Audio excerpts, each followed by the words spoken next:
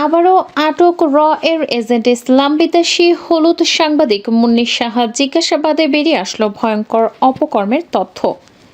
যত মানুষের কোলে উঠছে অত পুরুষ মনে হয় সাধারণ নারী, আমাদের দেশে যেসব সাধারণ নারী আছে তারা অত পুরুষ জীবনে চোখেও দেখেন। ডিএনএ টেস্ট করাবেন, দেখবেন ওর বাপের নাম হয়েছে মুজাম্মেল কামাল, এই মুজাম্মেল বাবু। ইসকন ইস্যু নিয়ে সীমান্ত দিয়ে ভারতীয় উগ্রবাদীদের বাংলাদেশে প্রবেশের চেষ্টা।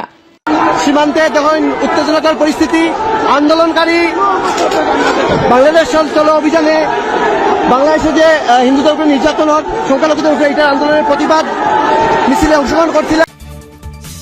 এবং সর্বশেষ জানাবো সেনাবাহিনীর ভেতর থেকে জরুরি চিঠি, রাষ্ট্রপতি চুপ্পুর নেতৃত্বে পাল্টা সামরিক অভ্যুত্থানের ছক কষছে সেনাপ্রধান, 16 ডিসেম্বরের ভয়ঙ্কর ষড়যন্ত্র ফাঁস। এতক্ষণ শুনছিলেন সংবাদ শিরোনাম, এখন থাকছে বিস্তারিত। স্বৈরাচার হাসিনার দোসর কাছের লোক হিসেবে আলোচিত সমালোচিত নারী সাংবাদিক মুন্নি সাহা দীর্ঘ 15 বছরে বিগত সরকারের আমলে একের পর এক দুর্নীতি, ক্ষমতার অপব্যবহার করে চাঁদাবাজি, বিরোধী মত ও দলের মানুষকে হেনস্থা করা সহ উস্কানি দিয়ে রাষ্ট্রকে লেলিয়ে দেওয়ার খলনায়িকা মুন্নি সাহার বিরুদ্ধে রয়েছে অভিযোগের পাহাড়। ভোরের কাগজ দিয়ে তার সাংবাদিকতা শুরু, সেখান থেকে তিনি যান 21 টেলিভিশনে, এরপর যোগ দেন এটিএন বাংলায়। এই লম্বা সময়ে মুন্নি সাহা ব্যাপক প্রভাব বিস্তার করেন। অনেকের কাছে তিনি নামকরা সাংবাদিক হলেও কখনোই নিরপেক্ষ সাংবাদিকতা তিনি করেননি। সবসময় তিনি পক্ষকে সাপোর্ট করে আর এক পক্ষকে ডোবানোর চেষ্টা করেছেন। এই পক্ষপাতিত্বের সবচেয়ে বেশি আগ্রাসনের শিকার হয়েছে ইসলাম ধর্ম। মুন্নি সাহা ও তাপসের নামে বিভিন্ন ব্যাংকে অন্তত 10 কোটি টাকা ফিক্সড ডিপোজিট রয়েছে। এই টাকার অধিকাংশই অবৈধ উপায়ে অর্জন করা। মুন্নি সাহা নিজেকে পরিচয় দিতেন এটিএন নিউজের পরিচালক হিসেবে, কিন্তু প্রকৃত সত্য হচ্ছে তিনি এটিএন নিউজের একজন কর্মচারী। বিডিআর বিদ্রোহের সময় বাংলাদেশের সেনাবাহিনীকে বিতর্কিত করার অভিযোগ আছে মুন্নি সাহার বিরুদ্ধে। বিডিআর বিদ্রোহের সময় পিলখানা থেকে সরাসরি বিদ্রোহী সেনাদের বক্তব্য প্রচার করতে দেখা যায় তাকে। অনেক দিনের এটা ক্ষোভ, আজকে কেন আজকে কোন পরিপ্রেক্ষিতে এটা করলেন?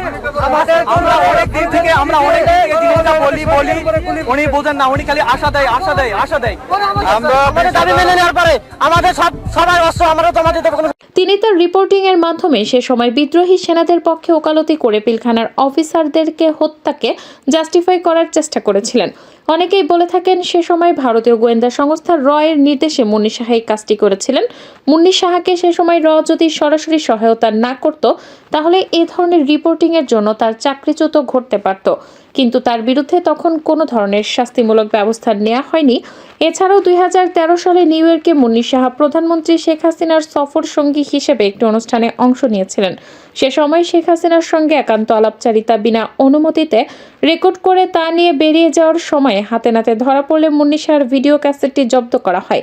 প্রধানমন্ত্রীর সফর সঙ্গী প্রেস টিমের অনেকেই এতে বিব্রত হয়, কিন্তু মুন্নির বিরুদ্ধে কোনো ধরনের শাস্তিমূলক ব্যবস্থা নিতে পারেনি। তার কারণ মুন্নি ভারতীয় গোয়েন্দা সংস্থার একজন এজেন্ট। ধারণা করা হয় ভারতের গোয়েন্দাদের কাছে পাঠানোর জন্যই গোপনে রেকর্ড করছিল মুন্নি সাহা। তবে এই ঘটনার পর থেকে সাবেক প্রধানমন্ত্রী শেখ হাসিনার আস্থা হারান তিনি। শুধু শেখ হাসিনাই না, বিএনপি চেয়ারপারসন বেগম খালেদা জিয়াকেও প্রেস কনফারেন্সে বিব্রত করেছিলেন মুন্নি সাহা। খালেদা জিয়াকে বেফাঁস প্রশ্ন করে উল্টো নিজেই সমালোচিত হন। ম্যাডাম একটা প্রশ্ন, গত 2 মাসের আন্দোলন এবং 121টি প্রাণ, বিএনপি এখনো পর্যন্ত এতে কি পেয়েছে? জনগণের সমর্থন পেয়েছে।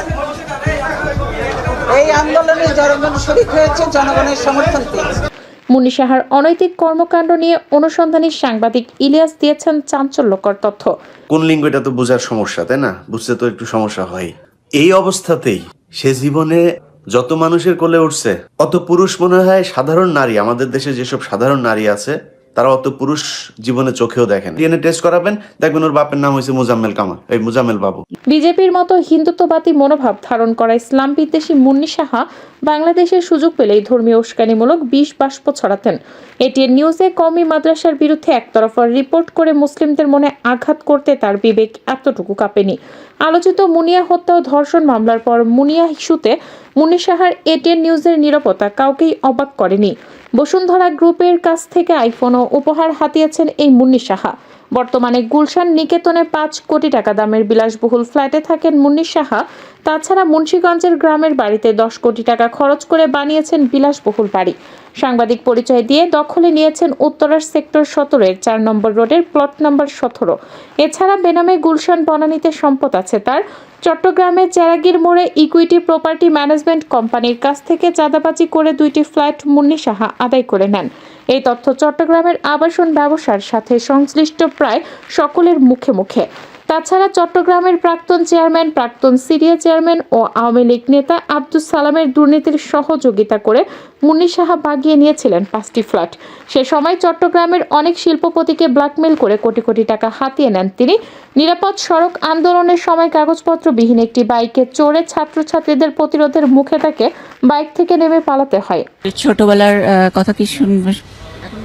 মাফ করেন, পরে আবার সময় দেবো, পরে আবার সময়। এখন আমরা তুলে দিয়ে আসি আর ওঠা না তাও চল।